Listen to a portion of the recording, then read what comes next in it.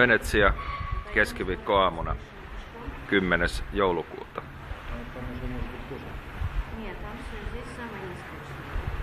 Nyt pitäisi saada jostain kumisaappaat.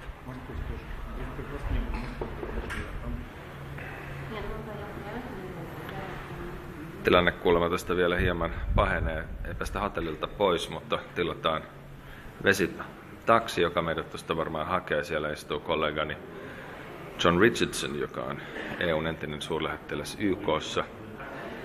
Mies, joka kirjoitti unionin holistisen merenkulkupolitiikan. Vaikea välttää tietynlaista ironian tuntua tilanteessa, jossa mies, joka on kirjoittanut EUn merenkulkupolitiikan ja on osallistumassa täällä kanssani Sea Trade-nimiseen konferenssiin, on Stranded by the Sea. Eiköhän tämä tästä.